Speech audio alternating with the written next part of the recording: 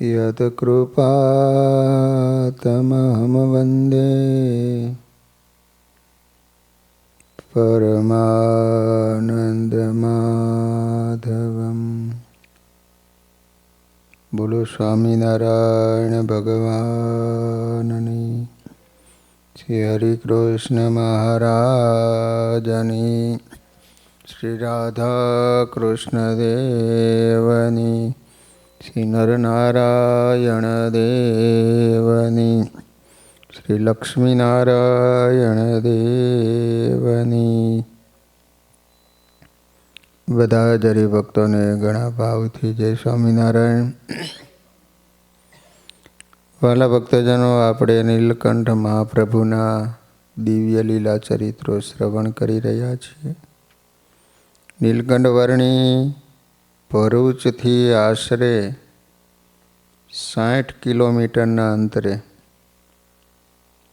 Shinor station છે। તે શિવપુરી નામે પણ ઓળખાય છે। અહીં અનેક તીર્થ મંદિરો છે। આ સ્થળે ચંદ્રમાની પત્ની રોહિણીએ તપ કર્યું હતું। અહીંથી 7 કિલોમીટર દૂર અંબાલી ગામ છે। અંબાલી નર્મદા તટ પર આવેલ આ અંબાલી ગામ અંગે ઇતિહાસકારો કહે છે કે કાશી નરેશને 3 કન્યાઓ હતી। તેમાંની વચલી કન્યાનું નામ અંબિકા હતું। કાશીના રાજા હતા, એને 3 કન્યા હતી। એમાં વચલી દીકરીનું નામ હતું અંબિકા। એને આ સ્થળે તપ કર્યું હતું। એની સાક્ષી તરીકે અહીં અંબિકેશ્વર મંદિર છે। ગામમાં પાટીદાર કેશવલાલની પત્ની રાજબાઈ પૂર્વના જાગ્રત થયેલા સંસ્કારના બળથી પરમાત્માની પ્રાપ્તિ માટે વ્રત તપ કરતા હતા। એને એના પુણ્ય કર્મનું ફળ આપવા પોતાનું પ્રગટ દર્શન દેવા નીલકંઠ વર્ણી એના ઘરે પધાર્યા। અંબાલી ગામમાં રાજબાઈ હતા, કેશવભાઈ પાટીદાર એમના પત્ની। નીલકંઠ વર્ણી એના ઘરે પધાર્યા। ભારતના અનેક તીર્થોમાં નીલકંઠ વર્ણી ફેર્યા। ઘણા મુમુક્ષુઓને એમનો યોગ થયો, પરંતુ કોઈને ઘરે સામે ચાલીને તેઓ ગયા નહોતા। આજે રાજબાઈની ભક્તિના ભાવથી નીલકંઠ વર્ણી સામે ચાલીને એને ઘરે પધાર્યા। રાજબાઈ તો જાણે પૂર્વના મુમુક્ષુ જ હતા। કેશવલાલ કરતા ભક્તિમાં હવાયા, પરમ શ્રદ્ધાવાળા। શબરીની જેમ તેઓ મનોમન દ્રઢ કરી બેઠેલા કે ભગવાન સાક્ષાત મારા આંગણે આવશે, મારી પાસે દૂધ પીવા માગશે। હું ઝટપટ ગૌરી ગાય દોઈને તાજું તાજું દૂધ એમને મારે હાથે પીવડાવીશ। અને એ માટે તેઓ વિશેષ વ્રત તપ કરી રહ્યા હતા। કેશવલાલને આ બધી વાતોમાં પત્નીનું ગાન પણ લાગતું, પણ આશ્ચર્ય હતું કે એ ધન્ય દિવસ આવી ચડ્યો। સાયંકાળ હતો। પક્ષીઓના ઝુંડ આકાશમાં કલરવ કરતા ઝાડ તરફ પાછા વળી રહ્યા હતા। એ જ વખતે રાજબાઈ સોના જેવું ચળકતું બોઘરણું લઈ પોતાની લાડલી ગાયને દોવા બેઠા હતા। મનમાં એટલો બધો ભાવ સવાર થઈ ગયો હતો કે આજે મારા પ્રભુ દૂધ પીવા પધારશે જ।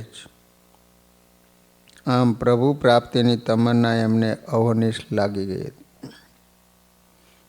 કોણ જાણે કેમ રાજબાઈના ભક્તિ ઉન્માદે નીલકંઠ વર્ણીને ખેંચ્યા. નીલકંઠ વર્ણી પધાર્યા, જાણે પૂર્વ પરિચિત ન હોય એમ તેઓ સીધા જ કેશવલાલ પાટીદારના ઘર આંગણે જઈને ઊભા રહ્યા. ગાય ભેંસોની બાંધવાની જગ્યા ઉપર ગયા.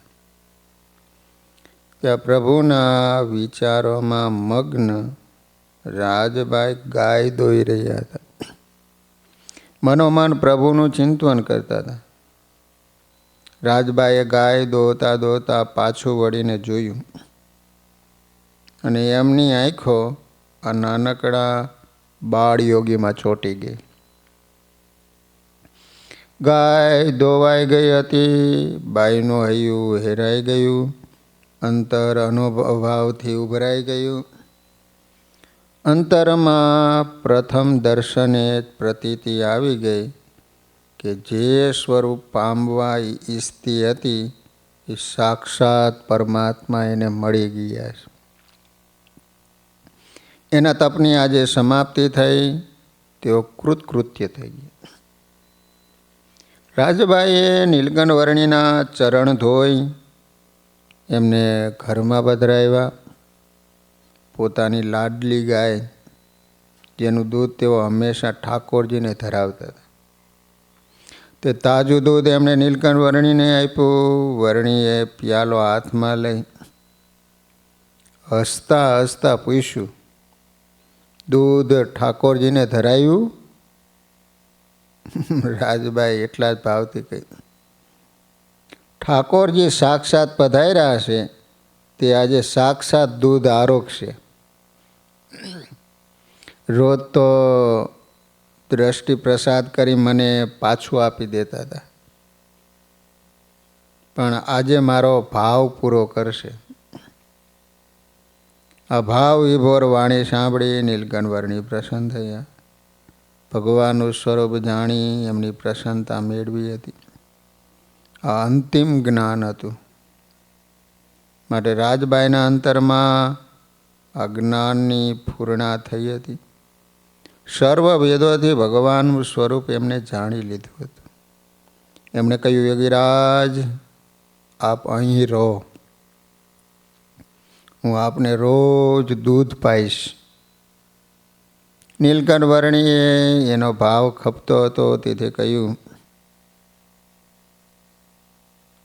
અમારે અહીંથી અનસુયા જવું છે, પણ દૂધ પીવા તો અમે અહીં રોજ આવીશું. નીલકંઠ વર્ણીના આવા વચનો સાંભળી રાજબાઈના અંતરનો આનંદ એના ચક્ષુમાં આવીને હમાઈ ગયો. એના માત્ર રોમાંચિત થઈ ગયા ગાત્રો મીઠી એક ધ્રુજારીથી એનું શરીર કંપી ઉઠ્યું. આંખો ભરી ભરી નીલકંઠ વર્ણીના સ્વરૂપને આજે પી લેવા, એની આંખોમાં એને હમાવી લેવા એ અધીરી બની ગઈ હતી. પણ નીલકંઠ વર્ણીને એની તૃષા અતૃપ્ત રાખવી હતી. વર્ણી દૂધ પીને તરત ત્યાંથી ચાલી નીકળ્યા. નીલકંઠ વર્ણી અંબાલીથી નીકળી અનસુયા પધાર્યા. અનસુયા ગામ છે. નર્મદાના દીપમાં કોટેશ્વરની સામે આ તીર્થ આવેલું છે. ચાણોદથી યાત્રિકો હોડી દ્વારા અહીં આવે છે. ચાણોદ છે. અહીં અત્રિ ઋષિનો આશ્રમ હતો. અનસુયા માતાનું અહીં મંદિર છે. નીલકંઠ વર્ણી રોજ નર્મદામાં સ્નાન કરતા અને પયપાન કરવા રાજબાઈને ઘરે અંબાલી જતા. 7 દિવસ સુધી આ ક્રમ ચાલ્યો. પણ નીલકંઠ વર્ણી અનસુયાથી નીકળી ત્રાસ તીર્થમાં પધાર્યા. કહેવાય છે કે રાજબાઈ અને એના પતિ કેશવદાસ થોડા સમય પછી અંબાલી ગામ છોડી અને શિનોર નામનું ગામ છે ત્યાં રહેવા માટે ગયા હતા. નીલકંઠ વર્ણી હવે નર્મદાના ઉત્તર કિનારે શુકેશ્વરની સામે બરકાલ ગામ છે. બરકાલ એને વ્યાસ તીર્થ કહે છે. અહીં વ્યાસનો આશ્રમ હતો. આશ્રમની બાજુમાં વ્યાસેશ્વર મંદિર છે. વેદવ્યાસજી પોતાના તપોબળથી નર્મદાની એક ધારા પોતાના આશ્રમની દક્ષિણ બાજુ લાવ્યા હતા. તેથી અહીં દ્વીપ બેટ બની ગયો છે. આ વિસ્તારમાં ભગવાન શ્રી કૃષ્ણના મોટા ભાઈ બલરામજીએ તપ કર્યું હતું. તેથી આ સ્થળને સંકર્ષણ તીર્થ પણ કહેવાય છે. એ જ રીતે અહીંથી થોડી દૂર વિવસ્વાન સૂર્યની ત્રીજી પત્ની પ્રભાએ સ્થાપેલું પ્રેમેશ્વર મહાદેવનું મંદિર છે. આ બધા જ સ્થાનો નીલકંઠ વર્ણીએ આગમનથી વિશેષ તીર્થત્વને પામ્યા. નીલકંઠ વર્ણી વ્યાસ તીર્થથી નીકળી અને ચાણોદ પધાર્યા. વાલા ભક્તજનો, વડોદરા જિલ્લાના શિનોર તાલુકામાં શિનોરથી 15 કિલોમીટર દૂર બરકાલ ગામ આવેલું. અહીં સત્સંગના યોગે કરીને નીલકંઠ વર્ણી પ્રભુની સ્મૃતિ રૂપે સ્વામિનારાયણ મંદિરનું નિર્માણ થયું છે.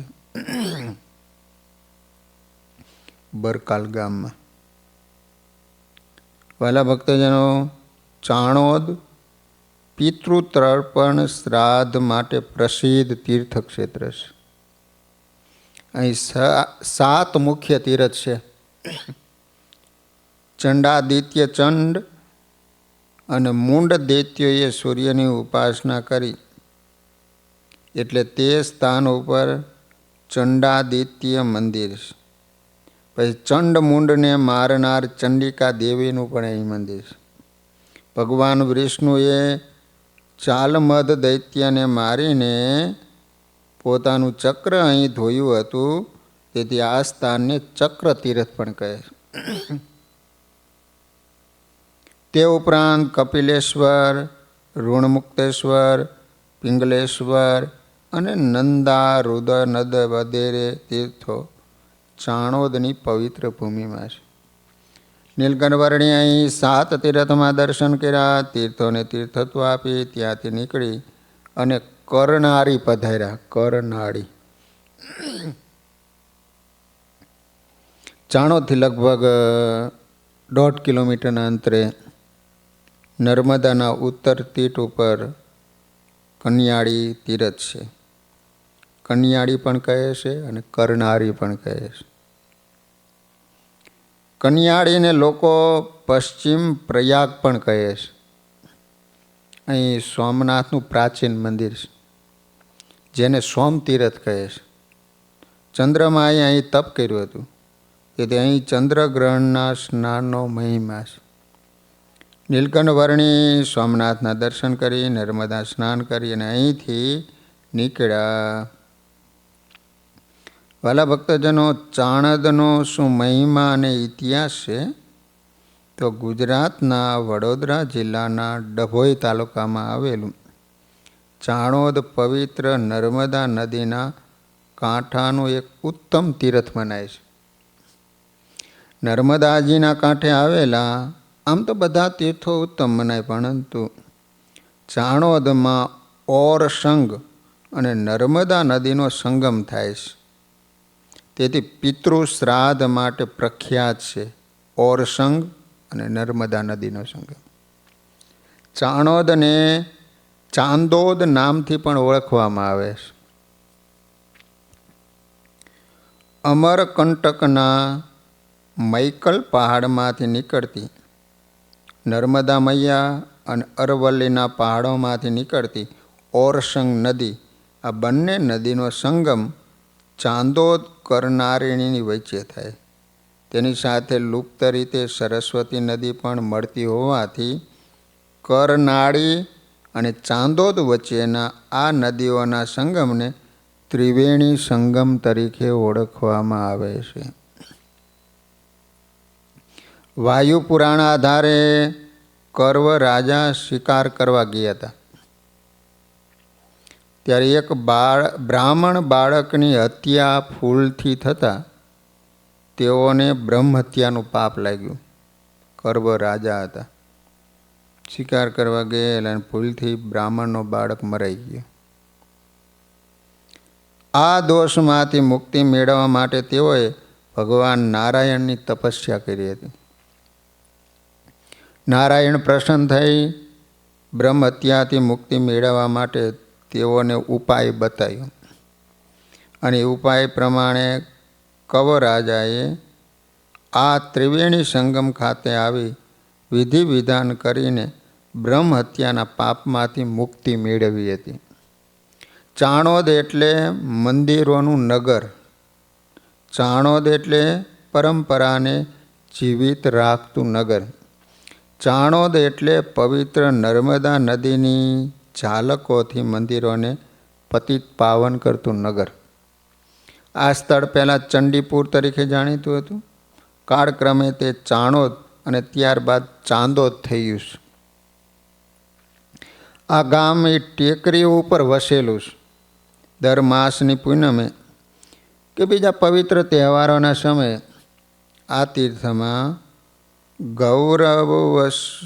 ગૌરવશમાં મલ્હારરાવ ઘાટના ભવ્ય કિનારા ઉપર હજારો યાત્રિકો સ્નાન કરતા હોય કે કર્મકાંડ કરાવતા હોય છે. શ્રી વિષ્ણુ ભગવાને રવાના ઉત્તર તટે ગુહ્યોમાં સૌથી વધારે ગુહ્ય તીર્થનું નિર્માણ કરેલું છે. તે જલશાહી તીર્થ કે ચક્ર તીર્થ નામે પ્રખ્યાત છે. ચાંદોદ કહેતા ચંડીપુરનું આ પ્રાચીન તીર્થ વૈષ્ણવ તીર્થ તરીકે પણ જાણીતું છે. પૂર્વે તાલમેઘ નામનો મહાદૈત્ય હતો. એને બધા દેવોને પરાજય કરી એમનું રાજ્ય છીનવી લીધું હતું. હું જ વિષ્ણુ છું એમ માનતો હતો અને ગર્વ કરવા લાગ્યો. કુબેરનું ધન હરી લીધું, ઇન્દ્રનો હાથી લઈ લીધો. જ્યારે સૂર્યનો અશ્વ લેવા માગતો હતો ત્યારે આ જોઈને રુદ્રો, યમ, સ્કંદ, વરુણ, અગ્નિ, વાયુ, કુબેર મૂંઝાઈ ગયા. બ્રહ્માજી પાસે ગયા, પોતાની આપત્તિ જણાવી, રક્ષણ માંગ્યું. પ્રસન્ન થઈ વદને બ્રહ્માજી બોલ્યા, તાલ મેઘ સમાન કોઈ બળવાન નથી. હે દેવો, એ દાનવ મારા વડે પણ સાધ્ય નથી. એકલા માધવ વિષ્ણુ જ એને મારી શકે. આમ કહી સર્વદેવો સહિત બ્રહ્માજી ઉત્તર સાગરમાં જલશાહી નારાયણને સ્તુતિ કરવા લાગ્યા. સ્તુતિ સાંભળી દેવોને અભય વરદાન આપ્યું અને આશ્વાસન આપ્યું કે તેઓ તાલ મેઘનો વધ કરશે. જનાર્દને હાથમાં ચક્ર, ગદા, ધનુષ, શંખ, મુસળ, હળ લઈને ગરુડ ઉપર સવાર થઈને તાલ મેઘનો વધ કરવા નીકળ્યા. જગન્નાથે હિમાલય પહોંચી તાલમેઘ સાથે યુદ્ધ કર્યું. ક્રોધે ભરાઈને તાલમેઘના મસ્તક ઉપર અમોઘ શસ્ત્ર છોડી એનું મસ્તક શરીરથી અલગ કરી દીધું. આમ તાલમેઘનો નાશ થવાથી દેવો સ્વસ્થ બન્યા. ભગવાનનો જય જયકાર બોલાયો. દૈત્યનો નાશ કરવાથી વિષ્ણુનું ચક્ર શ્યામ પડી ગયું. પાપ નિવારણ માટે શ્રી વિષ્ણુ તીર્થાટન કરતાં કરતાં નર્મદા તટ પર આવ્યા. અહીં એમનું ચક્ર જેવું પહેલાં હતું એવું ઉજળું થઈ ગયું. તેથી નર્મદાના નીરની મહત્તા જાણીને શ્રી વિષ્ણુ નર્મદાના નીરને ક્ષીરસાગર માનીને ઉત્તર તટે શેષનાગની શૈયામાં લક્ષ્મીજી સાથે યુદ્ધનો થાક ઉતારવા પહોંચી ગયા. આમ દૈત્યના લોહીથી ખરડાયેલ અને શ્યામ પડી ગયેલ ચક્રને અહીં જળમાં ધોવાથી તેજસ્વી બની ગયું. તેથી આ ઘાટનું નામ ચક્ર તીર્થ પડ્યું છે. તેથી જ નર્મદાનું આ તીર્થ શ્રેષ્ઠ તીર્થ માનવામાં આવે છે. શ્રી નારાયણ લક્ષ્મીજી સાથે આ તીર્થમાં પહોંચી ગયા હોવાથી આ તીર્થ વૈષ્ણવ તીર્થ તરીકેનો મહિમા ધરાવે છે. અહીં આ પવિત્ર તીર્થમાં નર્મદા સ્નાન કરી દરેક યાત્રાળુ શ્રી શેષ નારાયણ ભગવાનના દિવ્ય દર્શન કરવા અચૂક જાય છે. નર્મદાજીમાં વર્ષા ઋતુમાં આવતા વારંવાર પૂરને કારણે આ વૈષ્ણવ મંદિર ગામના ઊંચાણવાળા વિસ્તારમાં આવેલ છે. મંદિરના મુખ્ય પગથિયા પૂરા થતાં મંદિરનું મુખ્ય પ્રવેશ દ્વાર એ પ્રાચીન તીર્થધામની યાદ અપાવે છે. વાલા ભક્તજનો, આ રીતે નર્મદા, ચાણોદ ત્યાં બધા પ્રસાદીના સ્થાનો આવેલા છે. નીલકંઠ વર્ણી પણ ગયેલા છે અને બધા બહુ પુરાતનીય. નીલકંઠ વર્ણી ઐતિહાસિક નગરી ડભોઈ શહેરમાં પધાર્યા, ત્યાંથી નીકળી અને નીલકંઠ વર્ણીએ વાઘનાથ મહાદેવના પ્રાચીન મંદિરમાં ઉતારો કરેલો. ચાણોદથી નીકળી અને ડભોઈ આવે, ડભોઈ ત્યાં વાઘનાથ મહાદેવ છે. રાત્રે નિવાસ કર્યો. બીજે દિવસે ડભોઈથી નીકળી વસઈ ગામ પધાર્યા. વસઈ અહીં તળાવની પાળે આંબલીના વૃક્ષ નીચે નિવાસ કર્યો. કણબી ભગત કુબેરદાસ પાસે દૂધ મંગાવીને એનું પાન કર્યું. અહીં વૃક્ષ નીચે જ રાતવાસો કરી સવારે નીકળી અને ભગવાન વડોદરા પધાર્યા. ડભોઈ વર્ષો પૂર્વે એટલે કે 700 વર્ષ પહેલાં એક દંતકથા અનુસાર રાજાશાહી શાસનમાં દર્ભાવર્તી નગરી તરીકે ગણાતું હતું. ડભોઈ દરબારવતી હતી. દર્ભ નામનું ઉચ્ચ પ્રકારનું ઘાસ અહીં ઉગતું હોવાથી એનું નામ દર્શાવતી, દર્ભાવતી પડ્યું હતું. દાભડો આવે ને, દાભડો.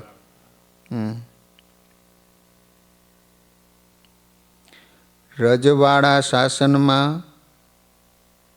વિશલદેવ રાજાએ પોતાની યાદમાં અહીંયા નગરની આજુબાજુ ચારે તરફ 4 કિલ્લા, એમાં દિવાલમાં મધ્ય અને ખૂણા પર 4 દરવાજાઓ પથ્થરના કલાત્મક નકશીકામ કરાવીને બનાવ્યા હતા. જેમાં પશ્ચિમમાં વડોદરી ભાગોળ, પૂર્વ દિશામાં આવેલ હીરા ભાગોળ, જે એના શિલ્પી હીરાધર નામથી ઓળખાય, સુંદર કોતરણી ધરાવે છે. ઉત્તરમાં મહુડી અથવા ચાંપાનેરી ભાગોળ અને દક્ષિણમાં નાંદોડી ભાગોળ આવેલા છે. આમ 4 કિલ્લાઓ સુંદર ભવ્ય કલાત્મક રીતે વિવિધ યાદગાર, વિવિધ સ્મૃતિઓને નકશીકામની કોતરણી કરીને બનાવેલ છે. ગુજરાતભર અને વિશ્વભરમાં સૌથી લોકપ્રિય જોવાલાયક કિલ્લાઓ તરીકે પ્રસિદ્ધ થયેલ છે. બોલો, ડભોઈમાં આ કલાત્મક કોતરણી પથ્થરમાં જે નકશીકામ કરેલ કારીગરીને લઈને અહીંયા દેશ વિદેશથી પ્રવાસીઓ આ કિલ્લાઓને નિહાળવા આવતા હોય છે. ડભોઈ તાલુકો ભારત દેશના પશ્ચિમ ભાગમાં આવેલા ગુજરાત રાજ્યના વડોદરા જિલ્લાનો મહત્ત્વનો તાલુકો છે.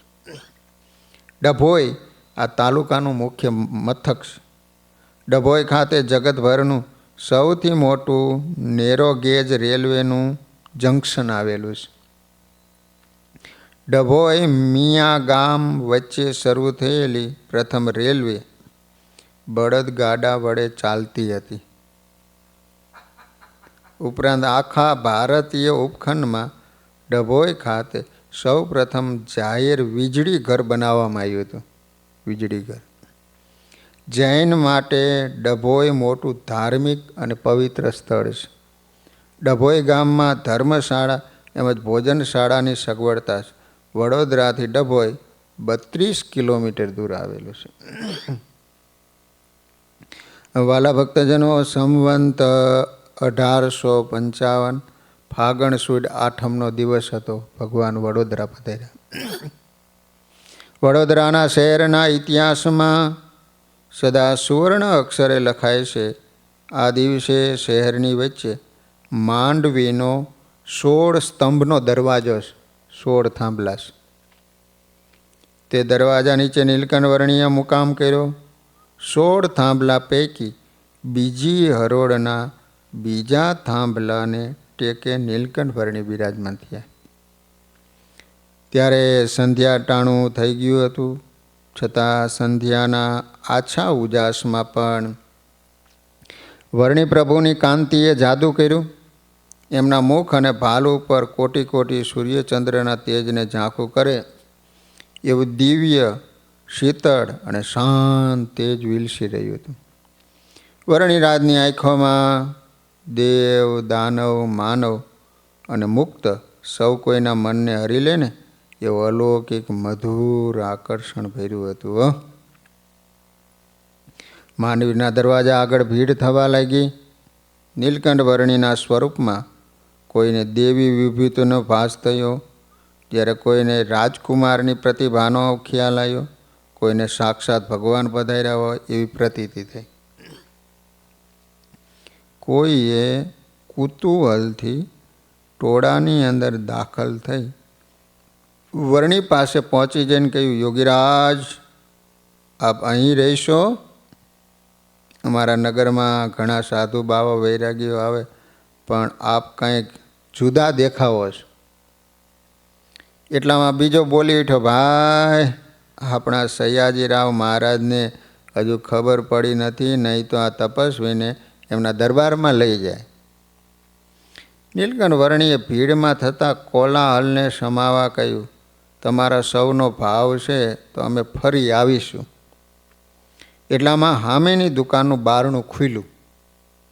દુકાનનો માલિક અમીચંદ ત્યાં જામેલી ભીડ પાસે આવ્યો. રાત્રિના અંધારા પટમાં ટોળું વિખરાતું હતું. અમીચંદના હાથમાં ફાનસ હતું. નીલકંઠ વર્ણીનું મુખારવિંદ જોયું, જાણે અનંત સૂર્યનો પ્રકાશ તેમાંથી નીકળતો હોય ને એવી જ્યોત અમીચંદે જોઈ. વાણિયો હતો, છતાં એનામાં વણિકને સહજ એવી વ્યાપારી વૃત્તિ નહોતી. એના અંતરમાં પ્રભુ પ્રાપ્તિની ઝંખના હતી. એની સ્ત્રી પણ એવી ભાવિક હતી. એને ધીરે રહીને વર્ણિરાજનો ચરણ સ્પર્શ કર્યો. વર્ણીએ એના સામે દ્રષ્ટિ કરી. અમીચંદે હાથ જોડીને પૂછ્યું, પ્રભુ, આપ કાંઈ જમશો? વણિક અમીચંદનો ભાવ જોઈ નીલકંઠ વર્ણીએ કહ્યું, જે તૈયાર હોય એ લાવો. અમીચંદ રાજી રાજી થઈ ગયો. એકદમ ઘરે ગયો. પોતાની પત્ની રૂપાબાઈને પૂછ્યું, રસોઈ તૈયાર છે? રૂપાબાઈએ કહ્યું, ખીચડી બનાવીશ. જટ થાળીમાં ખીચડી પીરસ. બહાર મોટા જોગી આવ્યા, એમને જમાડવા. આમ વણિક અમીચંદને ઉતાવળ હોવાથી એની પત્ની રૂપાબાઈ વર્ણીને ખીચડી પીરસવા આવ્યા. રૂપાબાઈએ પણ નીલકંઠ વર્ણીના દર્શન કર્યા.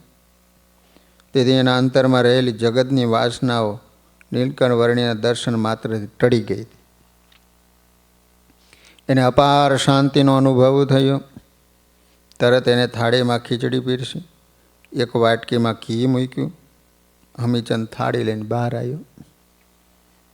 નીલકંઠ વર્ણીને થાળી આપી. અમીચંદ વણિક પ્રભુની સામે બેસી ગયો. નીલકંઠ વર્ણીએ વાટકીમાં 2 આંગળી બોળી ખીચડીમાં ઘી નાખ્યું. 2 ગ્રાસ જમીન ચડું કર્યું. અમીચંદ પ્રસાદી ઘેર લઈ ગયો. થાળી લઈને અંદર ગયો. રૂપાબાઈએ તરત થાળી લઈ લીધી. થાળીમાં મહાપ્રસાદ હતો. અમીચંદ તો વર્ણીના વિચારમાં પ્રસાદ ભૂલી ગયો, પરંતુ રૂપાબાઈએ મહાપ્રસાદની ખીચડી ઘી જમી ગયા.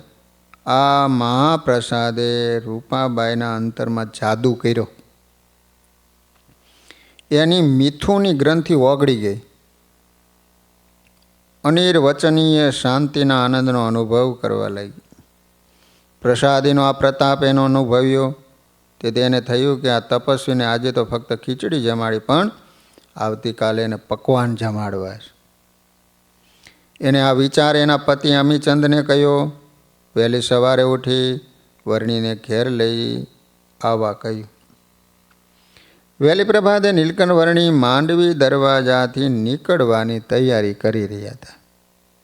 એટલામાં અમીચંદ ત્યાં આવી પહોંચ્યો.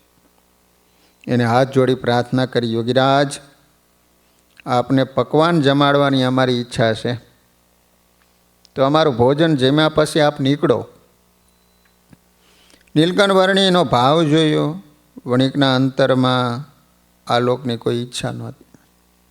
એને તો ફક્ત અમારી સેવા કરવી હતી. પછી વર્ણીએ વણિકને કહ્યું, અમે તો ગોદોન માત્ર એક સ્થાનમાં રહ્યા છીએ, એટલે અત્યારે તો અમે જઈશું. પણ યોગીરાજ, આપની કાંઈ સેવા અમારાથી થઈ શકી નથી. અમારે એ ઘેર તીરથ આવ્યું છતાં કોરા રહી ગયા. વણિકે ગદગદ ભાવે કહ્યું. નીલકંઠ વર્ણીએ એને માથે હાથ મૂકી કહ્યું, અમીચંદ, તારી પાસેથી અમારે સેવા લેવી છે, પણ ભવિષ્યમાં લઈશું. પણ ભવિષ્યમાં મારા દેહનો શું ભરોસો? અમીચંદે હાથ જોડી કહ્યું, તારો દેહ ત્યાં સુધી રાખો એ અમારા હાથમાં છે. નીલકંઠ વર્ણીના વચન સાંભળી વણિક 2 ડગલા પાછો ખસી. એને લાગ્યો કે નક્કી આ સાક્ષાત ભગવાન છે. કાળને પાછો ઠેલી શકે એ શક્તિનો એક ભગવાન પાસે જ છે. અમીચંદે કહ્યું, પ્રભુ, હું આપની એવી કઈ સેવા કરી શકું? વર્ણીએ મંદ મંદ હાસ્ય કરતાં કહ્યું, તારે ઘેર લક્ષ્મીનારાયણ દેવની મૂર્તિ જમીનમાં દાટેલી પડી છે. તે મૂર્તિ અમે અમારા સાધુને મોકલીને મંગાવી લઈશું. આજ વડતાલમાં લક્ષ્મીનારાયણ દેવ બિરાજે છે એ જ. અમીચંદ ભગતને આ સાંભળી આશ્ચર્ય થયું. એના ઘરમાં લક્ષ્મીનારાયણની મૂર્તિ છે તે એના સિવાય બીજું કોઈ જાણતું નહોતું. શ્રીમંત સરકારના ફરમાનની બીકથી તે મૂર્તિઓ એના પિતાએ ભૂગર્ભમાં દાટી દીધી હતી. વર્ણી પ્રભુના સ્વરૂપ શબ્દની અમીચંદે કરેલો નિશ્ચય એમના આ શબ્દોથી દ્રઢ થયો. અમીચંદ બોલ્યો, ભલે પ્રભુ, જેવી આપની ઈચ્છા. મારી જાતને હું ખરેખર ધન્ય માનું. આપની એ રીતે પણ હું સેવા કરી શકીશ. નીલકંઠ વર્ણી અમીચંદ વાણિયાને આશીર્વાદ આપીને ત્યાંથી ચાલી નીકળ્યા. વડોદરા શહેરની વસ્તી વધતા તત્કાલીન શ્રીમંત સરકારને રસ્તા પહોળા કરવાની જરૂર પડી. આથી સરકારે માર્ગમાં આવતા મકાનો તોડવાનું ફરમાન કર્યું. પોતાના મકાનો તૂટતા બચાવવા આ ઘરોમાં વસતા લોકોએ ભગવાનની મૂર્તિઓ જળમાં પધરાવી દીધી હતી. આથી જેના ઘરમાં આવી મૂર્તિઓ હતી તે મૂર્તિઓને સરકાર હસ્તગત કરી લેતી હતી. અમીચંદના પિતા ભક્તિભાવપૂર્વક મૂર્તિઓ રાખતા હતા. સરકાર આ મૂર્તિ લઈ ન જાય એ માટે અમીચંદના પિતાએ મૂર્તિઓને ભૂગર્ભમાં દાટી દીધી હતી. વડતાલ મંદિરની મૂર્તિ પ્રતિષ્ઠા પૂર્વે એક વખત ભગવાન શ્રી હરિ વડતાલ પધારી પુષ્પ દોલોત્સવ કર્યો. પછી ત્યાં રહ્યા થકા મંદિરનું કાર્ય પોતે સ્વયં મસ્તકે ઈંટો ઉપાડી ઝડપથી પૂર્ણ કરાવતા. એક દિવસ મૂર્તિઓનું કામ ચાલતું હતું એ જોવા ગયા.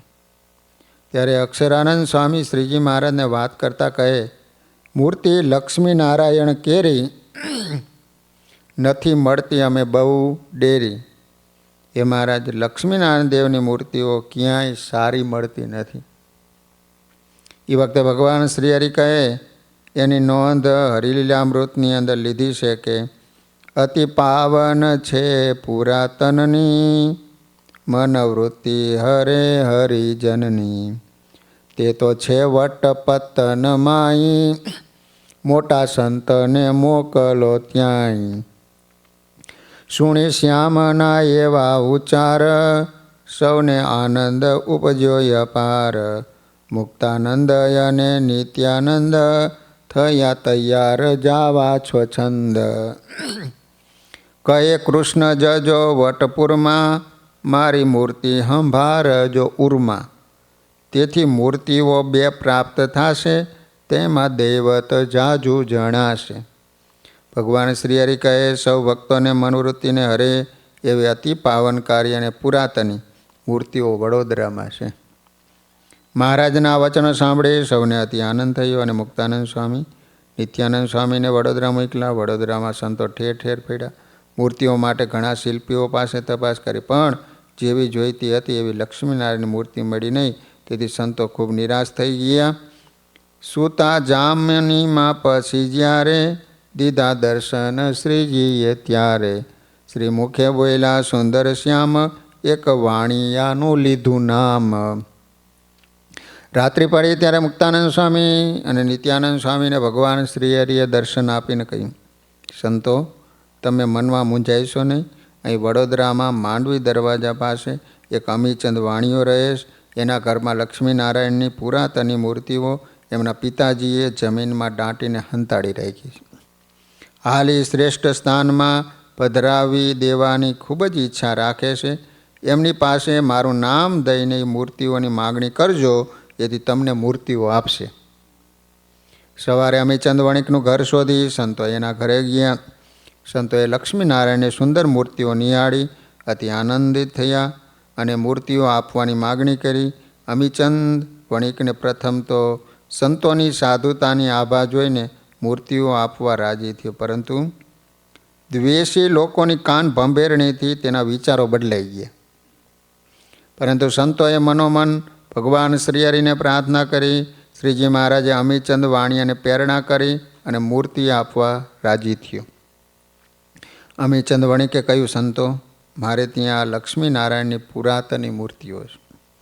ત્યાં નીલકંઠ વર્ણીય અંતર્યામી પણ એ જાણી લીધું હતું. એ વખતે મને કહ્યું હતું કે ભવિષ્યમાં આ મૂર્તિઓ લેવા હું મારા સંતોને મોકલીશ. એ વાત આજે સાચી થઈ. એમ કહી અને સંતોને ઘરમાં અલાયદો ઉતારો આપ્યો. રસોઈ માટે પાકું સીધું આપ્યું. પાકા સીધાની સામગ્રી જોઈ સંતોએ એમને કહ્યું, શેઠ આ ઘી ગોળ પાછા લઈ જાઓ, અમે તો કેવળ બાટી બનાવીને જમશું. આ સાંભળી અમીચંદ વાણિયાને આશ્ચર્ય થયું. એમને ત્યાં ઘણા સાધુઓ આવતા. સૌને તેઓ મેવા મીઠાઈ જમાડતા. સાધુઓ પ્રેમથી જમી પણ લેતા. ત્યારે આ સંતોએ તો રસકસનો ત્યાગ કર્યો હોય એવું લાગે.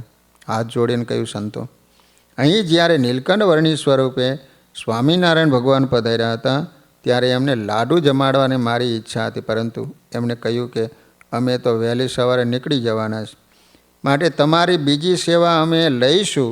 તે સેવા લેવા આજે તેમણે તમને મોકલા તે મારા અહોભાગ્ય છે. પણ સાથે સાથે એમણે મારો અધૂરો રાખેલો સંકલ્પ આજે તમે પૂરો કરશો તો મને શાંતિ થશે. સંતો એનો ભાવ જોઈ પાકું સીધું ગ્રહણ કર્યું.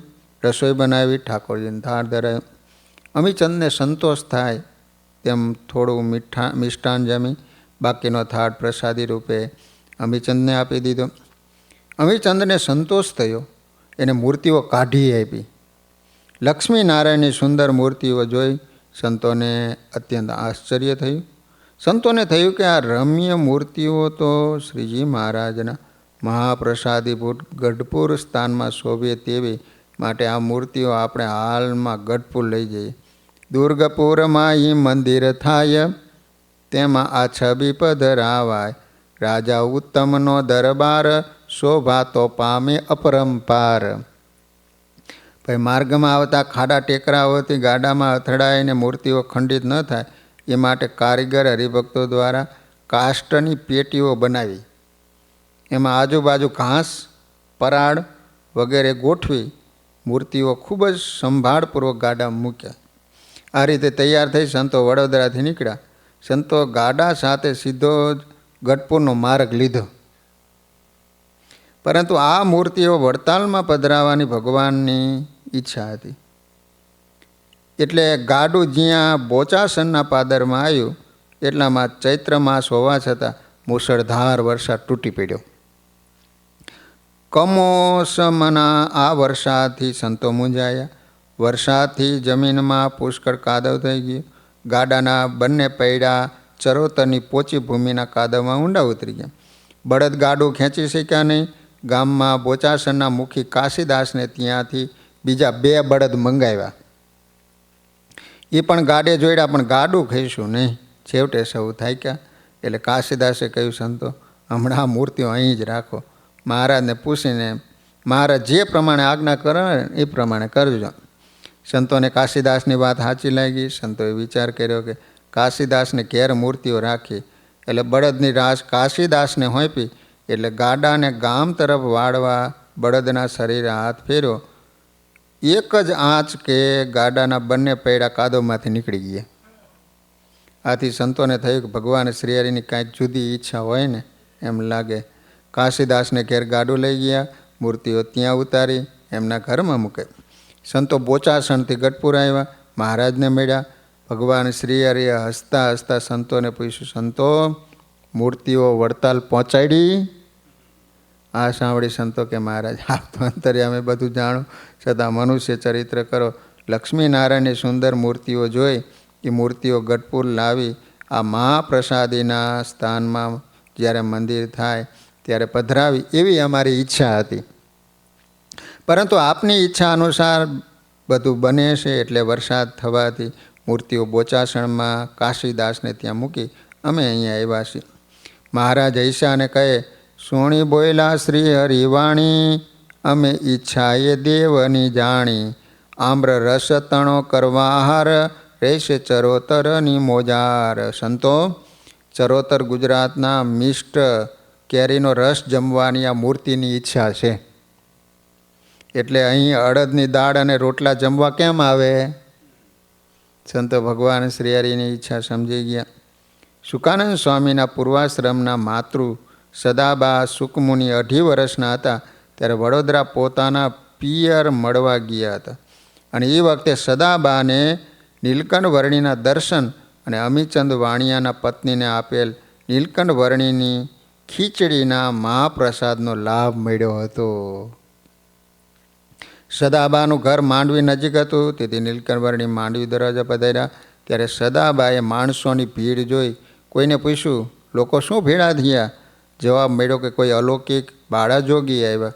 તેથી રસ્તે આવતા જતા લોકો એના આકર્ષાઈને દર્શન કરવા ટોળે વળ્યા. આ સાંભળી સદાબા પણ આશ્ચર્ય સાથે યોગીના દર્શન કરવા ગયા હતા. શુકાનંદ સ્વામીના માતૃશ્રી. આમ ડભાણમાં સાસરું હતું, પિયરિયું વડોદરા હતું.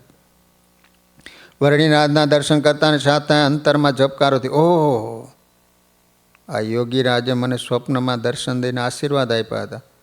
લોકોની બહુ ભીડ હતી, નજીક જઈ શક્યા નહીં, પરંતુ દર્શનથી હૃદયમાં અતિ આનંદ થયો. એ જ વખતે નજીકમાં રહેતા અમીચંદ વાણીએ ખીચડી જમવા આપી. વર્ણિરાજ થોડી ખીચડી બાકીની પ્રસાદી પાસે આવી. અમીચંદે એ પ્રસાદી ઘરે લઈ જઈ એના પત્નીને આપી.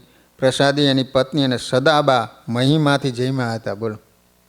તેથી એના અંતરમાં તમામ સંકલ્પો શમી ગયા હતા અને દિવ્ય શાંતિનો અનુભવ થયો હતો. લો, ભગવાને એમને દીકરો આપેલો એ વખતે 2.5 વર્ષનો હતો. અને મહારાજે જ્યારે ડભાણમાં યજ્ઞ કર્યો ત્યારે સદાબાનો ઘરનું જે નાકું એ રસ્તે ભગવાન શ્રીહરિ ચાલ્યા જતા, ત્યાં સદાબા ઊભા હતા. મહારાજને પગે લાગ્યા. મહારાજ એમને કહે, મને ઓળખો છો? સ્વપ્નમાં જે યોગી આવ્યા હતા અમે પોતે હતા. ભગવાન શ્રીહરિની વાત સાંભળી સદાબાને સ્મૃતિ થઈ આવી કે તમારા સ્વપ્નમાં અને વડોદરામાં જે યોગીના દર્શન થયા હતા એ જ આ ભગવાન શ્રીહરિ છે. એમના અંતરમાં આનંદનો ધોધ વહેવા લાગ્યો. આંખોમાંથી હર્ષના આંસુની ધારા થઈ. ત્યારે ધીમા રહી મહારાજ કહે, અમે વાત કહી હતી યાદ છે ને? સદાબા કહે, હા મહારાજ, બધું યાદ છે. તમારા કહેવા પ્રમાણે જ થયું. મારો પુત્ર જગન્નાથ સુખજી જેવો જ છે. મને આપતકાળ પણ આવી ચૂક્યો. જગન્નાથ 7 માસનો મારા ઉદરમાં હતો ત્યારે હું વિધવા થઈ. ભગવાને કીધું કે તમારા આપતકાળ આવશે. દીકરો ઉદરમાં હતો અને એના પતિ ધામમાં જતા રહ્યા. મારા પતિ ધામમાં ગયા, પરંતુ આપે મારી ખૂબ રક્ષા કરી. અને વાલા ભક્તજનો, એ દીકરાને દીક્ષા આપી અને શુકાનંદ સ્વામી નામ પાડ્યું. તો વાલા ભક્તજનો, ઇતિહાસના પાને ઐતિહાસિક નગર વડોદરા શહેર, એનો ઇતિહાસ આપણે કાલે સાંભળીશું. સહજાનંદ સ્વામી મહારાજની જય.